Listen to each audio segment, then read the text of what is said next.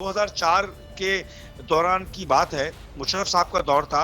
अगर आज हम याद करें और कोई भी आपके इख्तलाफात हो मुशर्रफ दौर से, मुशर्रफ साहब से या उनके तर्ज हुक्मरानी से, जी। लेकिन उन्होंने जो चीज़ें की, मैं ज़ाती तौर पर बड़ा हिमायत करता हूँ। पाकिस्तान तहरीक इंसाफ की हुकूमत से आप इसलिए अलहदा हुए कि जो सूरत हाल है वो बदल रही थी, महंगाई थी, सिचुएशन थी।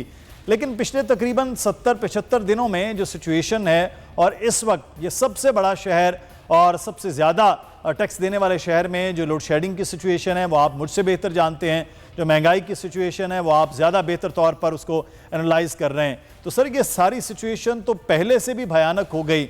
आप लोगों का जो फैसला उस हुकूमत को छोड़ के इस हुकूमत के साथ आने का था, आप समझते हैं ठीक है? बिस्मिल्लाहिर्रहमानिर्रहीम।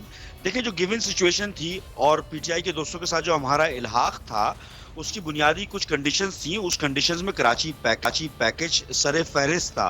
उसमें सेंसस और कराची की आबादी को गिनने का मामला था, उसमें यूनिवर्सिटीज के क़याम का मामला था, एमक्यूएम के लीगल दफातर को खोलने के इशूज थे और दीगर इस तरह के को रिलेटेड इशूज थे। एक चीज़ जहन में रखिएगा कि किसी भी मुल्क या किसी भी शहर या किसी भी घराने या किसी भी ऑर्गेनाइजेशन के जो हालात होते हैं या जो इकोनॉमिक सिचुएशन होती है या जो सोशल इकोनॉमिक सिचुएशन होती है, वो एक सीरीज ऑफ इवेंट्स होते हैं और वो सीरीज ऑफ इवेंट्स की वजह से पैदा होते हैं। जो सब्सिडाइज किया हुआ था प्राइसेस, अच्छा, मैं क्योंकि अभी एक अनबायस्ड बात कर रहा हूँ, उस बात को तमीज बांधने के लिए कि एमक्यूएम के पास तो as a political party MQM क्यों कर चाहेगी कि कोई ऐसा फैसला करे कि जिससे उसकी फेस सेविंग मुश्किल हो।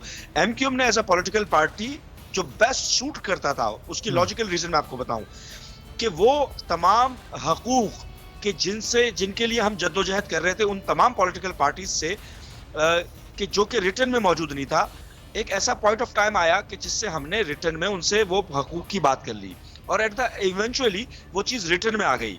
दूसरी चीज़ ये कि 75 साल दौर में आपने देखा कि बहुत सारी ऐसी एक्टिविटी होती रही है कि जिसकी वजह से मुल्क कोई ऐसी कंडीशन में पहुंचा कि जहां पर पॉलिटिकल स्टेबिलिटी मुतासिर हो गई या इकोनॉमिक एक्टिविटीज मुतासिर हो गई, तो उसमें एक हार्श किस्म का एक्शन लेना पड़ता है रियासत को बचाने के लिए। रियासत बचेगी, सियासत बचेगी। जो लोग रियासत से ज्यादा तरजीह सियासत को देते हैं, उनके लिए ये सवालिया निशान जरूर बनता है।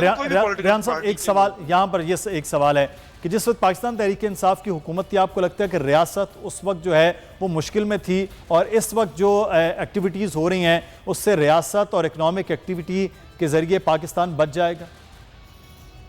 देखिए, जो लॉजिकल चीज़ है वो रियासत पे बोझ डाला जा रहा था उस वक्त, अगर आप इकोनॉमिक एक्टिविटीज़ के हवाले से बात करें तो, और वो बोझ जो कि रियासत को, क्योंकि देखिए ये बात तो मैं मानता हूं कि जब पीटीआई ने लोन लिया, आईएमएफ को अप्रोच किया, तो वो वक्त की ज़रूरत थी ताकि चीज़ें बेहतर हों और बेल आउट पैकेज का भी सिलसिला जो था वो भी एक ज़रूरत थी मेरा ख्याल है। उसके बाद वो सब्सिडाइज जो किया गया वो रियासत पर डायरेक्टली बोझ पड़ रहा था। अब क्योंकि आईएमएफ की कंडीशन पिछली हुकूमत में साइन हो चुकी थी, उसकी इम्प्लीमेंटेशन करनी है, उसकी कंटिन्यूटी को लेकर चलना है। अच्छा, इसका एक और तसलसल में याद दिलाऊं, 2004 के दौरान की बात है, मुशर्रफ साहब का दौर था। अगर आज हम याद करें और कोई भी आपके इख्तलाफात हो मुशर्रफ दौर से, मुशर्रफ साहब से या उनके तर्ज हुक्मरानी से, लेकिन उन्होंने जो चीज़ें की, मैं ज़ाती तौर पर बड़ा हिमायत करता हूँ। उसमें एक प्रोग्राम था कि लोकलाइजेशन, आप बाहर के ऊपर इन्हिसार करने के बजाय लोकलाइज प्रोडक्ट्स के ऊपर इन्हिसार कर रहे थे, आप सरप्लस प्रोडक्शन की बात कर रहे थे, आप डिलीशन प्रोग्राम की बात कर रहे थे। ऑटोमोबाइल इंडस्ट्री उसमें सरे फहरिस्त है, जो कि डिलीशन प्रोग्राम के जरिए लोकलाइज करना था। आप $62 और 61 के दरमियान था। चले मैं इसको जो है वो रेहान साहब, इसको हम जाने, जो आपके पॉइंट्स थे, 4 से 5 मेन पॉइंट्स हैं, मैं उस पर भी बात करेंगे। सिद्दीक जान से हम थोड़ी सी इस पे बात कर लेते हैं। सिद्दीक, कल असलम बोतानी साहब की गुफ्तगू आपने सुनी, मक्सी साहब भी इस किस्म के तासुरात जो है वो दिए हैं, लेकिन एक चीज़ मैं सिद्दीक आपसे जानना चाहूँगा, ये तमाम इत्तेहादी हुकूमतें कुछ जो हैं वो साथ थी पाकिस्तान तहरीक इंसाफ के, अब वो साथ नहीं हैं, तो क्या अब वही मामला जो अवाम के लिए, जो काम के लिए था, वो नहीं हो पा रहा, तो किसी सूरत में ये अलग होंगे इस हुकूमत से? देखिए, मुझे बाप का तो नहीं पता बोला कि होंगे या नहीं होंगे, लेकिन MQM बिल्कुल नहीं होगी, क्योंकि ये अभी हम रेहान हाशमी साहब को सुन रहे हैं। रेहान हाशमी साहब ने ये बहुत अहम बात की है कि जब ये इमरान खान की हुकूमत का हिस्सा थे, रेहान हाशमी साहब और इनकी जमात, तो इमरान खान ने जो बिजली और पेट्रोल डीजल की कीमतें कम की थी वो गलत किया था। यानी रेहान हाशमी साहब ये समझते हैं और इनकी जमात ये समझती है कि उस वक्त भी पेट्रोल मजीद महंगा करना चाहिए था, हर चीज़ मजीद महंगी करनी चाहिए। तो इमरान खान ने बड़ा जुल्म और बड़ी ज्यादती की थी सब्सिडी देकर आवाम को। तो ये तो एक बहुत अहम बात है जो रेहान हाशमी साहब ने की है।